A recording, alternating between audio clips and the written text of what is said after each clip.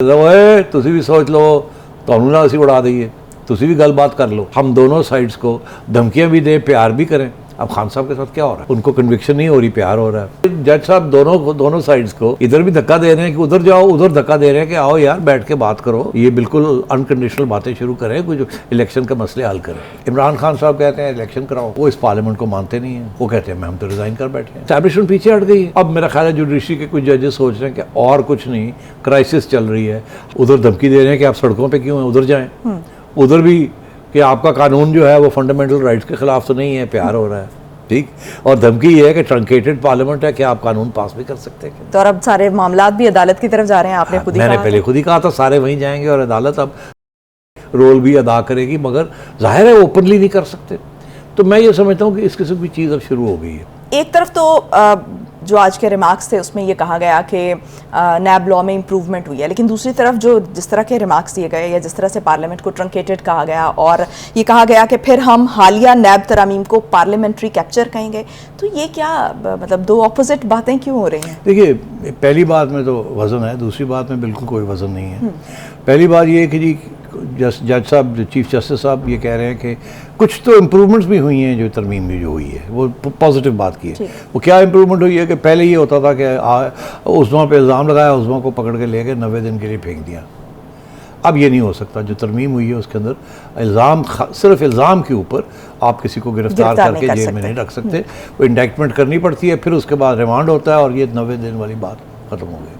तो कहते हैं ये तो अच्छी बात है, बिकॉज ये अगेन ये फंडामेंटल राइट्स के अंदर आ जाती है, ये उसके हक में है फंडामेंटल राइट्स। तो ये तो स्ट्रेंथन किया, अच्छा किया ये कानून।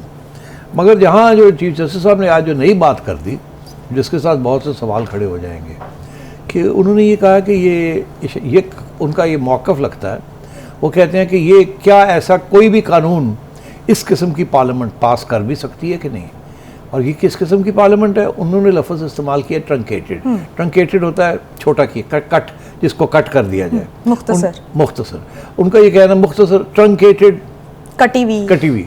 अब उनका ये मतलब ये है कि अब पीटीआई तो बैठी नहीं हुई वहाँ, मतलब 180 लोग या 170 या 150 जितने भी हैं वो सारे बाहर बैठे हुए हैं। तो पार्लियामेंट जो है वो तो मर के सिंपल मेजॉरिटी पे अब आ गई है, बाकी लोग तो है ही नहीं वहाँ। तो ये कैसी पार्लियामेंट है जो कि जिसे कहते हैं लूली लंगड़ी पार्लियामेंट।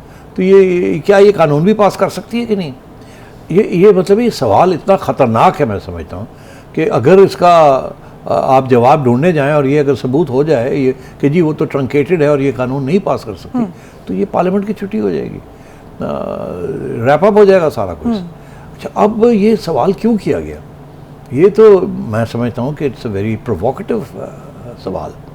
और ये उस चीफ जस्टिस से क्या ये समझते हैं कि ये पार्लियामेंट ट्रंकेटेड है और एक ट्रंकेटेड पार्लियामेंट कानून नहीं पास कर सकती। दरअसल एज लॉन्ग एज कानून तो बड़ा सिंपल सा है और जज साहब को भी पता है इस बात का कि अगर एक पार्लियामेंट है वो उसमें कोरम पूरा है, बाकी लोग ना भी हों जब और वो डिसॉल्व नहीं हुई, तो पार्लियामेंट कंप्लीट है। ये क्या बात हुई कि जी पार्लियामेंट कंप्लीट नहीं है इसलिए क्या कानून पास कर भी सकती है कि नहीं। और ये वो जज साहब हैं, अब मैं माजरत के साथ ये कह रहा हूँ because I am quite shocked by this question, ये वो जज साहब हैं जिन्होंने जब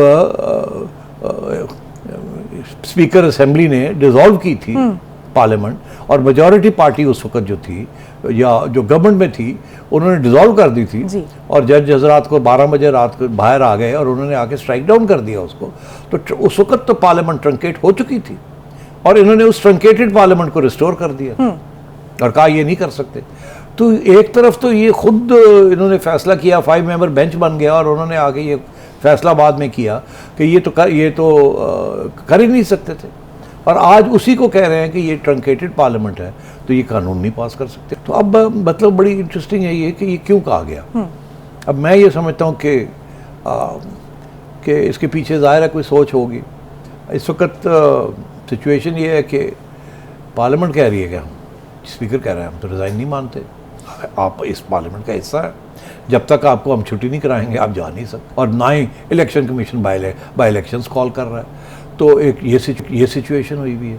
तो अगर स्पीकर नहीं बात मान रहा, वो कहता है नहीं पार्लियामेंट पूरी है, और इलेक्शन कमीशनर भी नहीं मान रहा, तो जज कैसे कह सकता है कि ट्रंकेटेड है। और पीटीआई के जो खुद एमएनएस हैं वो इसी सुप्रीम कोर्ट के पास जाके ये कह रहे हैं कि हमें बहाल किया जाए, हमने तो रिज़ाइन ही नहीं किया। और यही जजमेंट्स हैं कि जी जाइए आप, स्पीकर साहब इनको सुने, ये आना चाहते हैं वापस इनका सुनने। तो मतलब ये क्या हो रहा है? एक तरफ इमरान खान साहब पार्लियामेंट जाना नहीं चाहते, दूसरी तरफ वो जो लोग बैठे हुए वहाँ वो कहते हैं हमने इलेक्शन टाइम पे कराने हैं, मुझसे पहले कराने नहीं है। एक क्राइसिस चल रही है, उस क्राइसिस के अंदर सारे मुल्क का नुकसान हो रहा है। और पीटीआई के जो खुद एमएनएस हैं वो इसी सुप्रीम कोर्ट के पास जाके ये कह रहे हैं कि हमें बहाल किया जाए, हमने तो रिज़ाइन ही नहीं किया। और यही जजमेंट्स हैं कि जी जाइए आप, स्पीकर साहब इनको सुने, ये आना चाहते हैं वापस इनका सुनने। तो मतलब ये क्या हो रहा है? एक तरफ इमरान खान साहब पार्लियामेंट जाना नहीं चाहते, दूसरी तरफ वो जो लोग बैठे हुए वहाँ वो कहते हैं हमने इलेक्शन टाइम पे कराने हैं, मुझसे पहले कराने नहीं है। एक क्राइसिस चल रही है, उस क्राइसिस के अंदर सारे मुल्क का नुकसान हो रहा है। क्या ये हम ये समझें कि जज साहब जो है एक तरफ इमरान खान साहब के ऊपर उन्होंने तलवार रखी हुई है, तोशाखाना केस, फलाना केस, कंटेम्प्ट केस, ये कि तुम जो है सड़कों से हटो और पार्लियामेंट में जाओ और बात करो वहाँ जाके। और उन्होंने एक दफ़ा नहीं कुछ दफ़ा पहले भी कहा है कि ये सड़कों की सियासत क्या है, हमारे पास क्यों भागे आते हैं, जाए पार्लियामेंट। उन्होंने कहा है, जस्टिस उमर ने ये बात कही है। एक तरफ तो उनको कह रहे हैं जाए वहाँ पे जाके अपने मसाइल हल करें, और उधर उनको कह रहे हैं पार्लियामेंट में जो बैठे हैं कि तुसी भी सोच लो, तुहानू ना असीं उड़ा दईए, तुसी भी गल बात कर लो। तो मैं ये समझता हूँ कि जज साहब दोनों साइड्स को इधर भी धक्का दे रहे हैं कि उधर जाओ, उधर धक्का दे रहे हैं कि आओ यार बैठ के बात करो, ये बिल्कुल अनकंडीशनल बातें शुरू करें, कुछ इलेक्शन का मसले हल करें। तो ये दोनों तरफ क्योंकि इस्टेब्लिशमेंट पीछे हट गई है। अब मेरा ख्याल है जुडिशरी के कुछ जजेस सोच रहे हैं कि और कुछ नहीं, क्राइसिस चल रही है, हम दोनों साइड्स को धमकियाँ भी दें, प्यार भी करें। अब खान साहब के साथ क्या हो रहा है? उनको कन्विक्शन नहीं हो रही, प्यार हो रहा है। उधर धमकी दे रहे हैं कि आप सड़कों पे क्यों हैं, उधर जाएं। उधर भी कि आपका कानून जो है वो फंडामेंटल राइट्स के खिलाफ तो नहीं है, प्यार हो रहा है, ठीक। और धमकी ये है कि ट्रंकेटेड पार्लियामेंट है कि आप कानून पास भी कर सकते हैं। तो अब सारे मामलात भी अदालत की तरफ जा रहे हैं, आपने खुद ही मैंने पहले खुद ही कहा था सारे वहीं जाएंगे और अदालत अब रोल भी अदा करेगी, मगर जाहिर है ओपनली नहीं कर सकते। तो मैं ये समझता हूँ कि इस किस्म की चीज़ अब शुरू हो गई है।